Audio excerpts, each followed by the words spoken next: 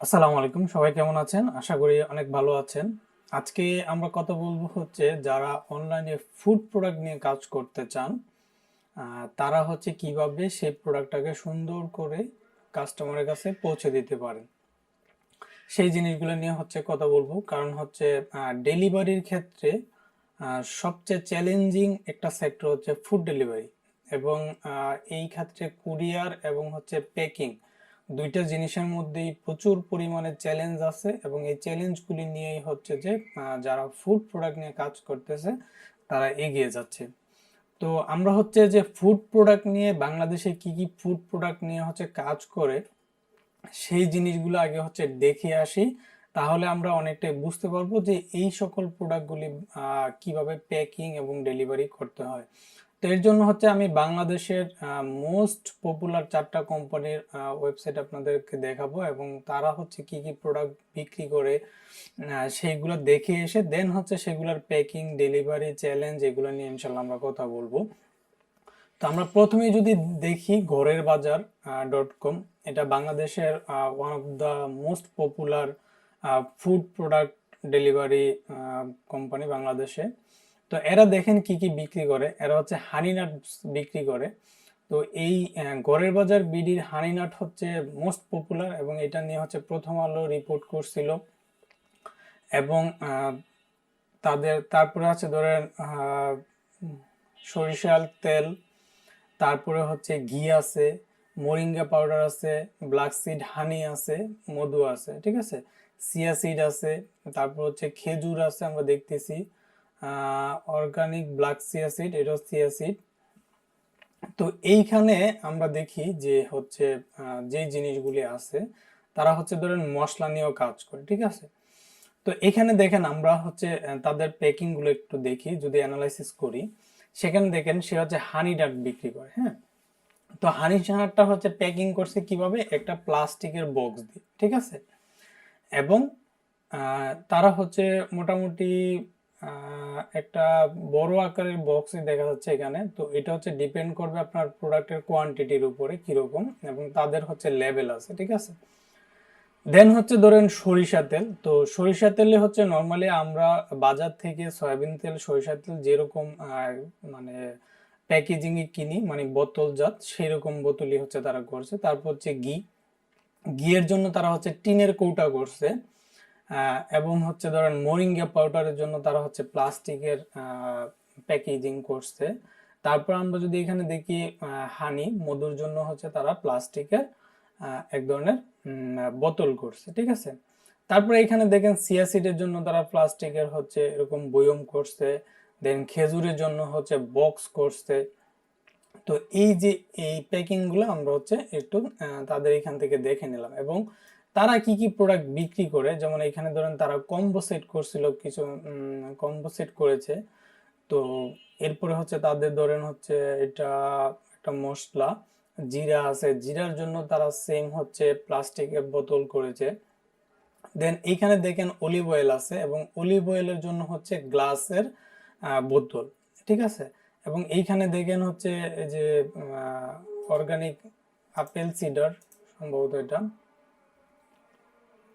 তো এটা হচ্ছে organic organic Apple cider vinegar, ঠিক আছে। আচ্ছা, তো এরপরে আছে ধরেন আরো কি কি আছে এখানে আমরা যদি দেখি, মাসকলাই ডাইল আছে। আচ্ছা, তো এইখান থেকে আমরা হচ্ছে প্রোডাক্ট এবং হচ্ছে প্যাকেজিং এর একটু নোট নেই, ঠিক আছে। এই জিনিসগুলি হচ্ছে পরে কিভাবে পরে এগুলো নিয়ে বিস্তারিত আমরা কথা বলবো। এখানে আছে হচ্ছে হানি নাট,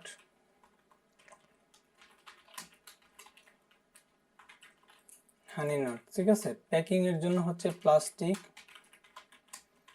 প্লাস্টিকের জার, ঠিক আছে। তো তারপর হচ্ছে ধরেন অয়েল আছে। তো এটার জন্য হচ্ছে এখানে আমরা লিখি সরিষার অয়েল।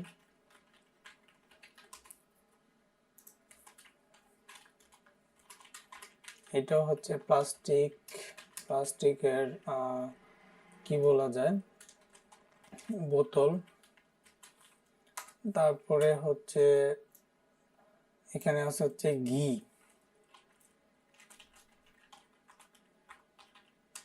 এটার জন্য হচ্ছে টিনের কৌটা,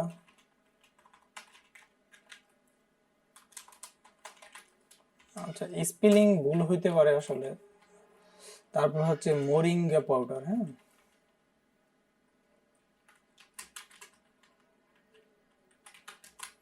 এটা হচ্ছে প্লাস্টিকের প্লাস্টিকের প্যাক। আচ্ছা তারপর হচ্ছে এখানে হানি সিড আছে, তো এটা এগুলা একই, যেহেতু একই প্যাকিং টাইপের হবে, তো এগুলো আমরা না ধরি, একটা শুধু প্যাকিং এর টাইপটা ধরি আমরা। দেন হচ্ছে ধরেন ভিনেগার আছে, হ্যাঁ এখান থেকে হচ্ছে আমরা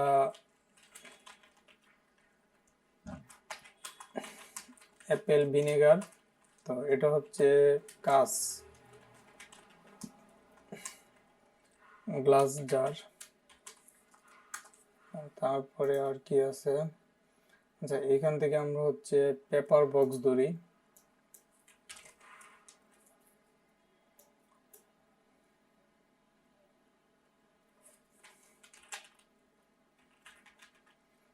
খেজুর খেজুর ধরলাম, প্লাস্টিক পেপার বক্স, হ্যাঁ এগুলো ধরলাম। তারপরে আর কোনো কিছু আছে কিনা দেখি, মানে তাদের যে প্যাকিং আইটেমটা, আমরা শুধু প্যাকিং আইটেমটা কি হচ্ছে মার্কিং করতেছি এখান থেকে। মোটামুটি এই 3 ধরনের হচ্ছে তাদের এখানে প্যাকিং আছে। আচ্ছা এরপর হচ্ছে আরেকটা অ্যানাদার মোস্ট পপুলার কোম্পানি বাংলাদেশের, হালাল ফুড। এদের হচ্ছে, আচ্ছা ওনাদের এখানে দেখেন ওনারা কি কি বিক্রি করে।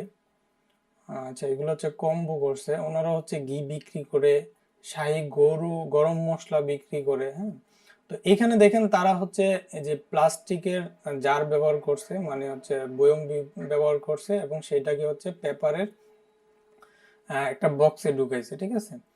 তারপরে হচ্ছে এখানে ধরেন তেল আছে, সে একই বক্সের মতো। তারপরে মধু আছে, হ্যাঁ মশলা আছে।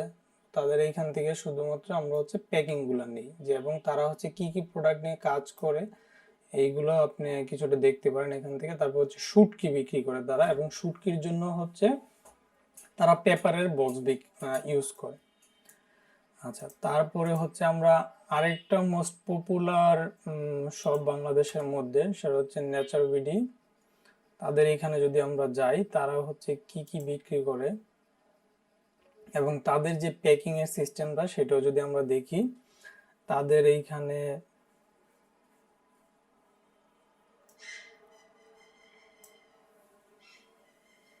দেখেন তাদের এইখানে যে ক্যাটাগরিটা আছে, এটা যদি আমরা একটু দেখি যে ক্যাটাগরিতে কি কি প্রোডাক্ট আছে।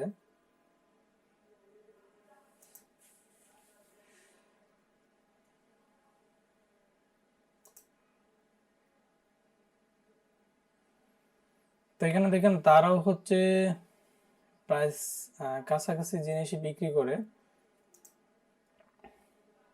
ঠিক আছে। তো এখানে হচ্ছে তারা কম্বো করছে এগুলাকে, হ্যাঁ এটা হচ্ছে ধরেন তারা হচ্ছে মিসওয়াক পাউডার আছে তাদের, এটা একটা one of the unique product. তারপর হচ্ছে গুড় আছে, এবং এই যে গুড়গুলো হচ্ছে তারা প্লাস্টিকের কৌটা করছে, হ্যাঁ। তারপরে ধরেন যে এই যে এখানে তারা দেখেন হানি বিক্রি করে, এবং হানির যে হচ্ছে আপনার কি বলে গ্লাসের মানে কাচের একটা জার দিছে প্যাকিং এ, এবং সেটা হচ্ছে এই যে এই যে কাগজের যে বক্সটা আছে তার মধ্যে দিয়ে হচ্ছে প্যাকিং করে, এবং এটা কিন্তু এভাবে যায় না, এটার নেক্সট হচ্ছে আরো অনেক প্যাকিং আছে।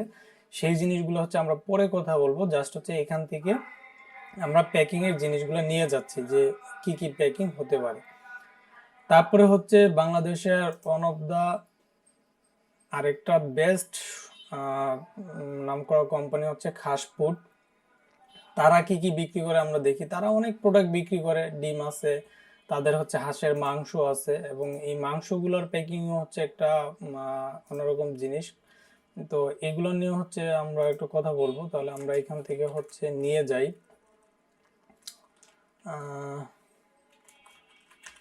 দেশি হাঁস, এটার প্যাকিং নিয়ে পরে কথা বলবো। তারপরে হচ্ছে ধরেন এইখানে তাদের প্রত্যেকটাই দেখা যায় যে প্লাস্টিকের জার এবং কাঠের বক্স করছে তারা। আচ্ছা, তো মোটামুটি তিনটা কোম্পানির সেম, ঠিক আছে। তো এবার হচ্ছে আমরা চলেন যে আমরা মূল কথায় যাই। তো আমরা হচ্ছে এখান থেকে অনেকগুলো জিনিস দেখলাম, ঠিক আছে, এবং দেখে হচ্ছে ধরেন হানিনাট এখানে প্লাস্টিকের জার ইউজ করছে, প্লাস্টিকের বোতল ইউজ করছে, টিনের কৌটা ইউজ করছে, প্লাস্টিকের প্যাক ইউজ করছে, গ্লাস জার আছে, তারপর হচ্ছে গ্লাস জার মানে হচ্ছে কাচের জার আর কি, তারপর পেপার বক্স আছে, ঠিক আছে। এবং হাঁস মানে হাঁস জাতীয় যেসব খাবার জাতীয়, যেমন হাঁস, মুরগি, তারপরে হচ্ছে ধরেন মাছ, হ্যাঁ, এগুলার প্যাকিং প্রায় সেম টাইপেরই হয়। তো এইগুলা হচ্ছে কিভাবে প্যাকিং করে সেই জিনিসগুলো নিয়ে কথা বলবো। আচ্ছা, তো এখন দেখেন ফুডের ক্ষেত্রে আপনাকে যে জিনিসগুলা, যে কয়েকটা জিনিসকে মাথায় রাখতে হবে, এর মধ্যে অন্যতম হচ্ছে কি আপনার প্রোডাক্টটা পচনশীল কিনা, ঠিক আছে। তো এই পচনশীল পদার্থগুলোর মধ্যে কি কি জিনিস আছে, যেমন ধরেন আম আছে, মাছ আছে, তারপরে ধরেন যে একটু আগে বললাম হাঁস আছে, মাছ আছে, মুরগি আছে। আপনি যদি এইসব প্রোডাক্টের বিক্রি করতে চান তাহলে সেইগুলো হচ্ছে পচনশীল পদার্থ। তারপর হচ্ছে ধরেন খেজুরের রস পচনশীল পদার্থ না, কিন্তু হচ্ছে নষ্ট হয়ে যাওয়ার মতো পদার্থ, প্রোডাক্ট। তো ওই একই জিনিস আমরা পচনশীলই বলতে পারি। তারপর হচ্ছে লিচু, এগুলো হচ্ছে পচনশীল পদার্থ। তো এই প্রোডাক্টগুলিকে আপনি যখন বিজনেস করবেন তখন আপনাকে মূলত যে জিনিসগুলো মাথায় রাখতে হবে তার মধ্যে অন্যতম হচ্ছে ডেলিভারিটা ফাস্ট হইতে হবে, দ্রুত হইতে হবে। মানে আপনি ধরেন যেমন আম হয়তো একদিন বেশি রাখতে পারবেন, কিন্তু মাছের একটা লিমিটেশন আছে, এবং এই মাছের ডেলিভারিটা কিন্তু আমের মতো না। হ্যাঁ, আপনি ধরেন এই মাছটাকে আপনার একটা লিমিটেড টাইম, যেমন 24 ঘন্টা বা 24 ঘন্টার মধ্যে কাস্টমারের হাতে পৌঁছাইতে হবে। এবং এই আমটাও আপনাকে মিনিমাম ধরেন ম্যাক্সিমাম আপনি 72 ঘন্টার মধ্যে আম কাস্টমারের হাতে পৌঁছাইতে হবে, না হলে আম নষ্ট হয়ে যাবে। তারপর ধরেন খেজুরের রস আছে, এইটাও একটা টাইমের মধ্যে কাস্টমারের হাতে পৌঁছাইতে হবে। লিচু আছে, লিচু যদি সময়ের মতো না পৌঁছায় তাহলে লিচু পচে যাবে। তার মানে হচ্ছে কি এটাকে অবশ্যই দ্রুত ডেলিভারি দিতে হবে। এরপরে এই দ্রুত ডেলিভারি করার জন্য আপনার যে দুইটা জিনিস প্রয়োজন, সেটা হচ্ছে প্রথম যে জিনিসটা দরকার সেটা হচ্ছে ভালো কুরিয়ার দরকার, ঠিক আছে। যে কুরিয়ারে হচ্ছে আপনি এই প্রোডাক্টটা দ্রুত ডেলিভারি করবেন। তো এই ভালো ডেলিভারিটা আপনি করার জন্য ধরেন সুন্দরবন ডেলিভারি কোম্পানিকে ইউজ করতে পারেন, অথবা হচ্ছে যদি স্টেট ফার্স্ট পাঠাও কেউ ডেলিভারি করেন তাহলে আপনাকে এটা কন্টিনিউ মনিটরিং এর ভিতরে রাখতে হবে, এবং এটা প্যাকিং এর উপরে মার্কিং করে দিতে হবে, ঠিক আছে। যে ধরেন আমি যদি এখানে দেখি,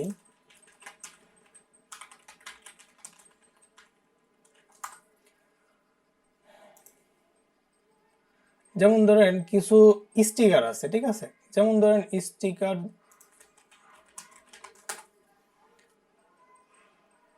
এই যে ধরেন এইখানে দেখেন একটা প্যাকিং আছে ফ্রি ডেলিভারি, ঠিক আছে।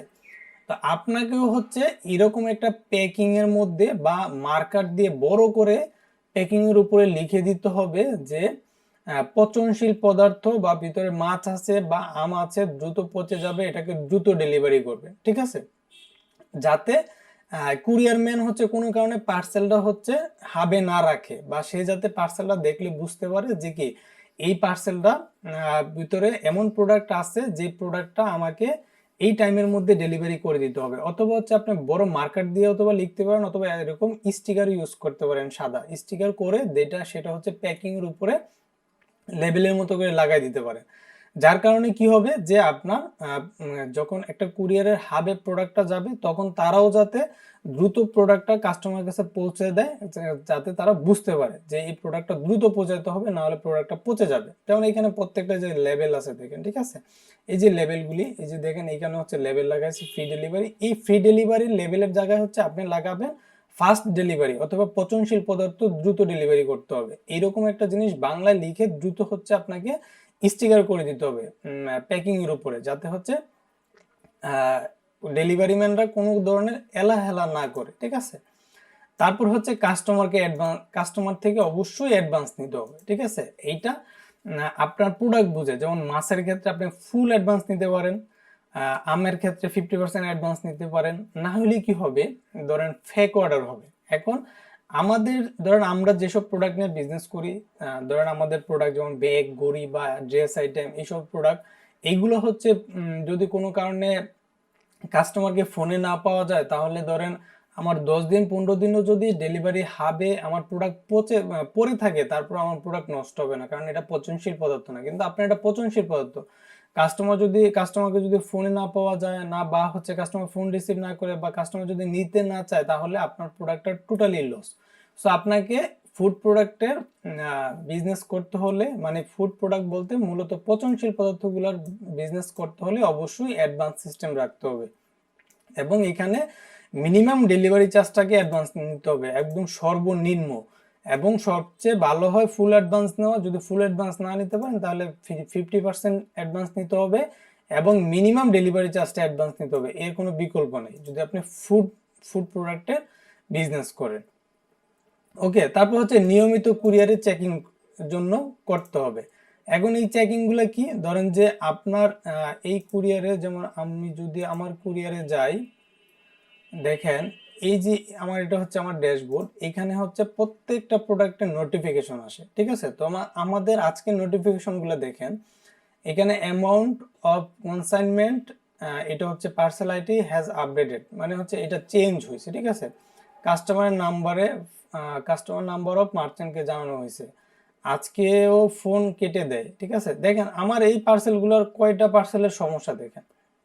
দেন হচ্ছে এটা হচ্ছে ক্যান্সেল হয়ে গেছে অলরেডি, ঠিক আছে। প্রোডাক্ট নট চয়েস রিটার্ন করছে, কাস্টমার ডেলিভারি চার্জ দিচ্ছে, এখানে এটা ক্যান্সেল হয়ে গেছে, আগামীকাল ডেলিভারি করা হবে, ঠিক আছে। মার্চেন্ট বাই হোল্ড, এটা হোল্ড করা হয়েছে কারণ কাস্টমারকে প্রোডাক্টটা পাওয়া যায় না।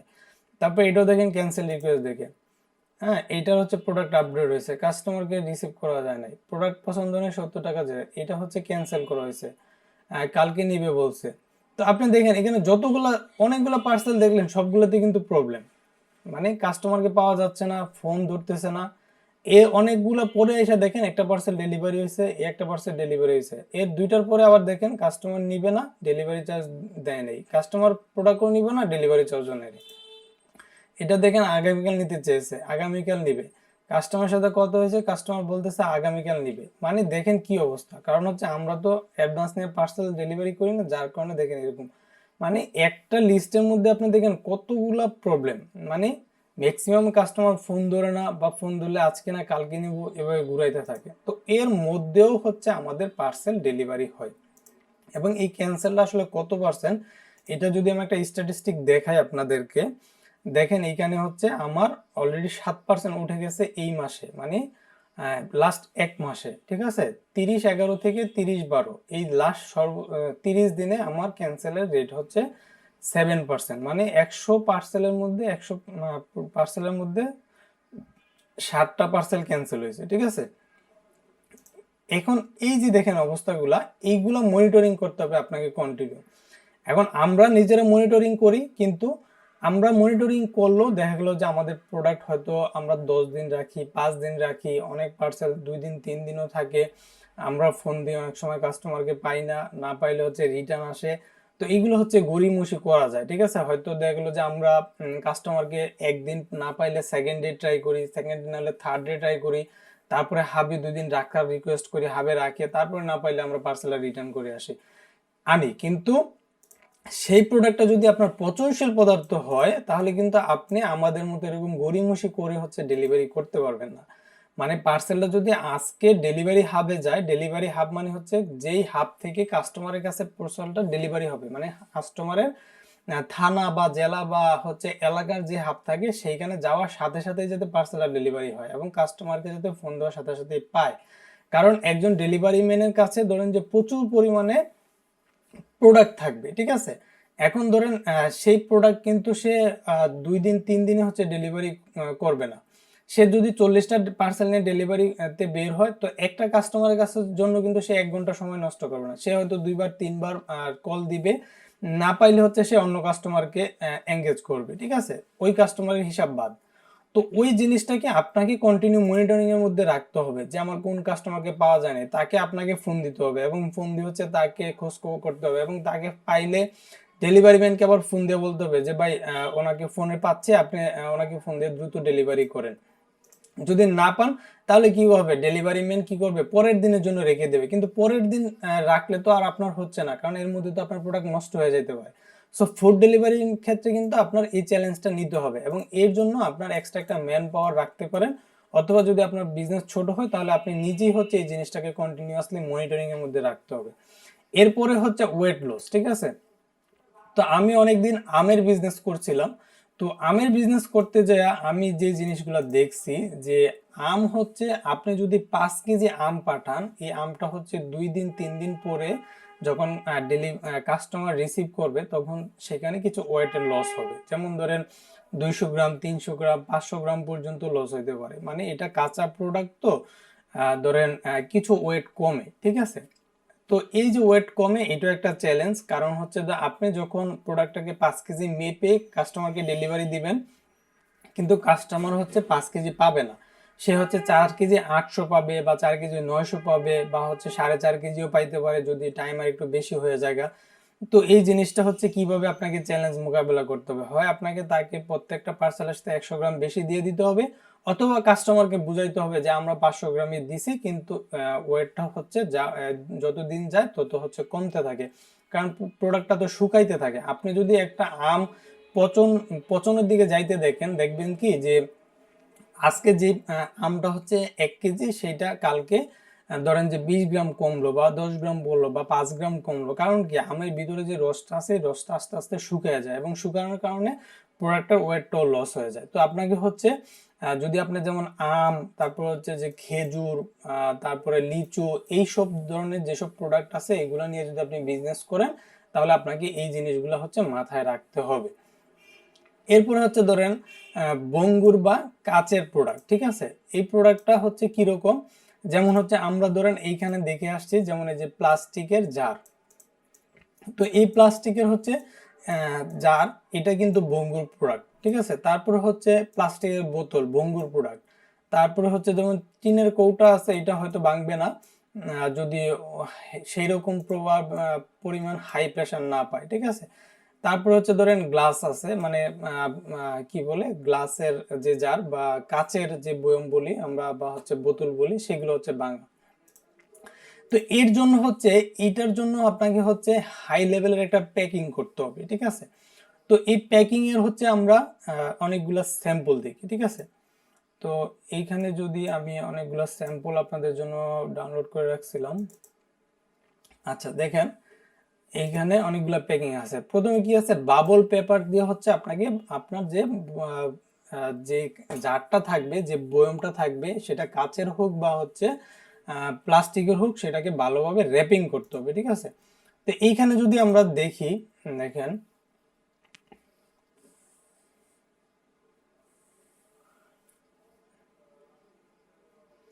এইখানে আমাদের যে বাবল পেপার গুলো হচ্ছে কিভাবে আপনাকে প্যাকিং করতে হবে, এই চ্যালেঞ্জটা আপনি কিভাবে নেবেন, সেই জিনিসটা যদি আমরা এখানে দেখি তাহলে আপনি দেখবেন যে আপনাকে বক্সের ভিতরে এবং প্রোডাক্টের মধ্যে এইখানে এই পেপারটা দেখেন, এখানে হচ্ছে যে একটা কাচের জারে হচ্ছে র্যাপিং করছে এবং সে কি করছে, ডেলিভারির জন্য প্রোডাক্টের ভিতরে মানে বক্সের মধ্যেও হচ্ছে বাবল পেপার দিয়েছে এবং যে প্রোডাক্টটা আছে প্রোডাক্টের মধ্যে হচ্ছে বাবল পেপার দিয়েছে।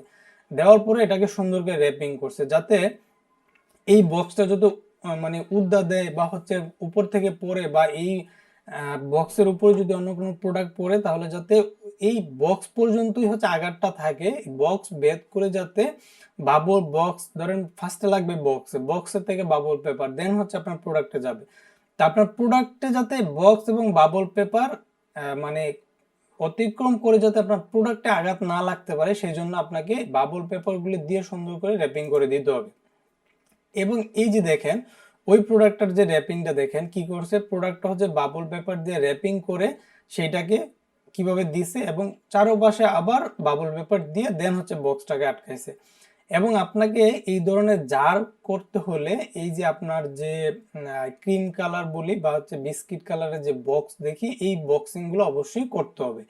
আমরা যেখানে ধরেন যে জারগুলি দেখে আসলাম, এই যে ধরেন এই যে জারগুলি বা এই যে প্যাকিংগুলি, এই যে যেমন এই প্রোডাক্টটা, এই যে আপনি যে প্রোডাক্টটা দেখতেছেন, এটা কিন্তু এইভাবেই ডেলিভারিতে চলে যাবে না। এইটাকে হচ্ছে ফার্স্টে এই যে এরকম বাবল পেপার দিয়ে র্যাপিং করবে, দেন হচ্ছে এইভাবে রাখবে, দেন হচ্ছে ওইটাকে একটা কার্টুনের মধ্যে ভরবে, দেন কার্টুনটা হচ্ছে ডেলিভারিতে যাবে।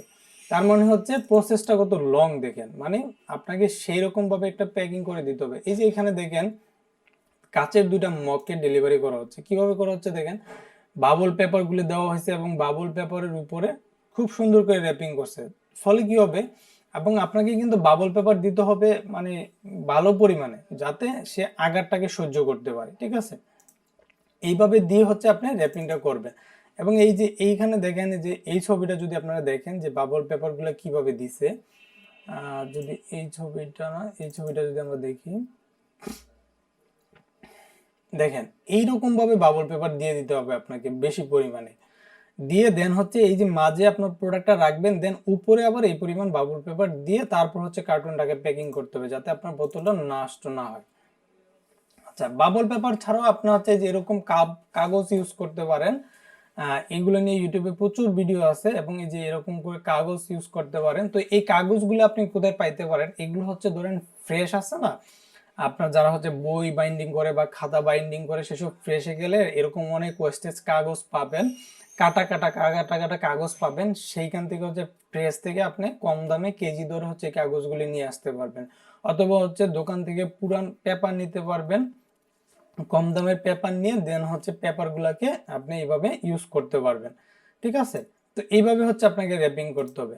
এই ছাড়াও ধরেন যে আমি আপনাকে আরেকটা ভালো একটা ভিডিও দেখাচ্ছি, যে বক্সটাকে আপনি যদি র্যাপিং পেপারে না যাইতে চান, তাহলে বক্সটাকে কিভাবে হচ্ছে আপনি ইয়ে করতে পারেন, ভালো করে র্যাপিং করতে পারেন। সো সেই জিনিসটা হচ্ছে দেখাচ্ছি।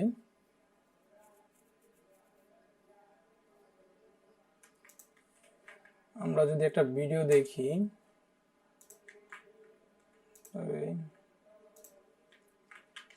একটা প্যাকিং এর ভিডিও দেখি যে কিভাবে হচ্ছে আমরা প্যাকিংটাকে সুন্দর করে করতে পারি। তো এটা আপনাদেরকে দেখানোর জন্য আমি রাখছিলাম। এটা খুবই সুন্দর একটা প্যাকিং, এবং এই এইভাবে প্যাকিং করলে আপনার হচ্ছে যে আপনার ওই র্যাপার পেপার দেওয়ার প্রয়োজন পড়ে না আর কি, ঠিক আছে। তো এটা হচ্ছে নিউপোর্টে কিছুদিন আগে তাদের পেজে দিয়েছিল এই ভিডিওটা, এবং এটা হচ্ছে খুবই সুন্দর একটা ভিডিও, যেখানে হচ্ছে দেখেন এই ভিডিওটা আপনারা দেখেন যে এইখানে কিভাবে হচ্ছে, ওকে দেখেন এই যে বক্সটাকে করা হলো, এখানে কিন্তু সে বাবল পেপার দেয় নাই, এবং এই এই যে বক্সটাকে ঢুকাইলো, এবং এটা কাচের বক্স হোক অথবা হচ্ছে প্লাস্টিকের বক্স হোক, ভাঙার সম্ভাবনা খুবই কম। দেখেন তারা হচ্ছে এই যে অনেক উপর থেকে ফালাইলো, কিন্তু বক্সটা ভাঙে নাই। এবার খুলতেছে, দেখেন খোলার পরে আপনি দেখেন যে কিভাবে হচ্ছে বক্সটা পুরাই ঠিক আছে।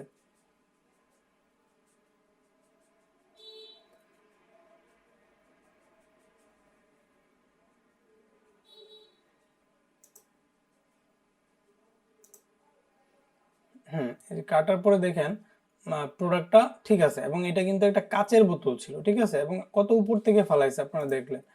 তো আপনি হচ্ছে এইরকম টাইপের প্যাকিংও করতে পারেন, যাতে হচ্ছে আপনার এরকম প্যাকিং করলে, বক্স করলে হচ্ছে প্রোডাক্টটা বা বক্সটা ভাঙার সম্ভাবনা কম থাকে, এবং হচ্ছে আপনি রিল্যাক্স থাকতে পারেন, ঠিক আছে, যে যতই আঘাত আসুক না কেন আপনার বক্সটা ভাঙবে না, ঠিক আছে। তো এই বক্সটা তো আমরা দেখলাম অলরেডি, বাবল পেপার নিয়ে কথা বলছি, এবং বক্স আমরা দেখে বললাম যে বক্সটা হচ্ছে দুই রকম। আপনি যদি বাবল পেপার দেন, তাহলে বাবল পেপার দিয়ে পেঁচে দেন হচ্ছে আপনাকে একটা কার্টুনে ঢুকাই দিতে হবে, অথবা হচ্ছে আমি যে ভিডিওটা দেখাইলাম আপনাদেরকে, এই টাইপের ক্রিয়েটিভ বক্স বানাইতে হবে যাতে প্রোডাক্টটা না ভাঙে। দেন হচ্ছে বক্সের সাইজ। এখন ধরেন এই বক্সের সাইজটা আপনার ম্যাটার করে, ঠিক আছে। ধরেন আপনার এই যে এইখানে দেখেন যে আপনার যে মগগুলা ঢুকানো হয়েছে, এবং দেখেন এই যে মোটামুটি বক্সটাকে ফুল হয়ে গেছে। এখন ধরেন এই আপনি একটা মগের জন্য বা একটা গ্লাসের জন্য বা একটা কাপের জন্য যদি এরকম বড় একটা কার্টুন ইউজ করেন, তাহলে কিন্তু কি আপনার পুরো কার্টুনটা হচ্ছে খালি থেকে যাবে।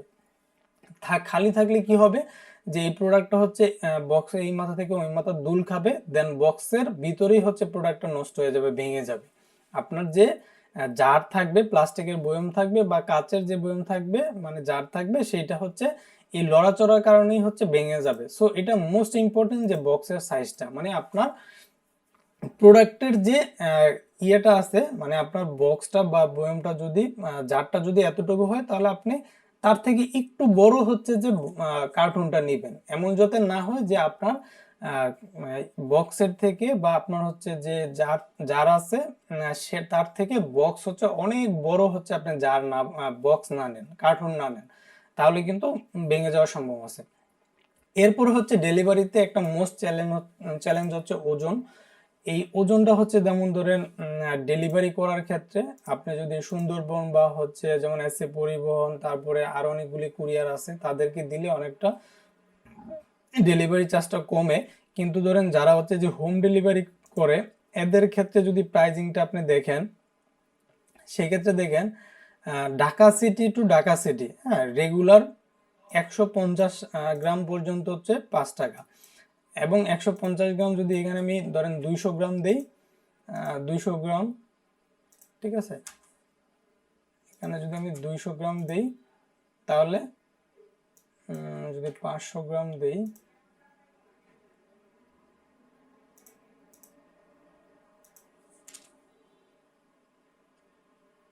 সেটা অটোমেটিক্যালি নিয়ে নিচ্ছে। আচ্ছা, এইখানে হচ্ছে ধরেন 150 গ্রাম পর্যন্ত তারা ঢাকা টু ঢাকা 50 টাকা নেয়, এবং এরপরে হচ্ছে যে 25 টাকা করে বাড়ে, ঠিক আছে। যদি ঢাকা টু ঢাকা ধরেন 150 গ্রাম থেকে 500 গ্রাম, সরি 1 কেজি পর্যন্ত হচ্ছে তারা 60 টাকা নেবে, তারপরে হচ্ছে 25 টাকা করে বাড়বে, ঠিক আছে, প্রত্যেক কেজি প্রতি। তো আপনার হচ্ছে এটা একটা চ্যালেঞ্জ, ধরেন আপনি যদি 1 কেজি পর্যন্ত প্রোডাক্ট দেন, তাহলে হচ্ছে 60 টাকা যাবে, এরপরে যদি যত বাড়বে তত হচ্ছে বেশি হবে। তো লিকুইড বা খাদ্য প্রোডাক্টের ওজন অনেক সময় একটু বেশি হয়, যেমন ধরেন আম বা হচ্ছে লিচু, এই টাইপের জিনিস হলে, যেমন আম তো কেউ 1 কেজি নেয় না, ধরেন 4 কেজি 5 কেজি নেয়, তো সেক্ষেত্রে ডেলিভারি চার্জটাও বেশি আসে। তো সেইটা হচ্ছে আপনাকে হয় প্রোডাক্টের মধ্যে এই ডেলিভারি কস্টিংটাকে ঢুকাই দিতে হবে, অথবা হচ্ছে কাস্টমার থেকে নিতে হবে। তো এটা আপনাকে সেইভাবে হচ্ছে ক্যালকুলেশন করে নিতে হবে যে আপনাকে কোন জায়গায় হচ্ছে চার্জটাকে কমাই দিলে কাস্টমারও হচ্ছে কিনবে এবং আপনারও প্রফিট হবে। এখন ধরেন 100 টাকার প্রোডাক্ট নেওয়ার জন্য যদি কাস্টমারকে ধরেন 200 টাকা ডেলিভারি চার্জ দিতে হয়, তাহলে কিন্তু সেই প্রোডাক্ট কাস্টমার কিনতে যাবে না। তো এই জিনিসগুলোকে আপনার খেয়াল রাখতে হবে। এরপর হচ্ছে লিকুইড প্রোডাক্টের ক্ষেত্রে যে ডেলিভারি ক্ষেত্রে যেসব চ্যালেঞ্জগুলো আছে, এটা হচ্ছে একটা প্যাকিং।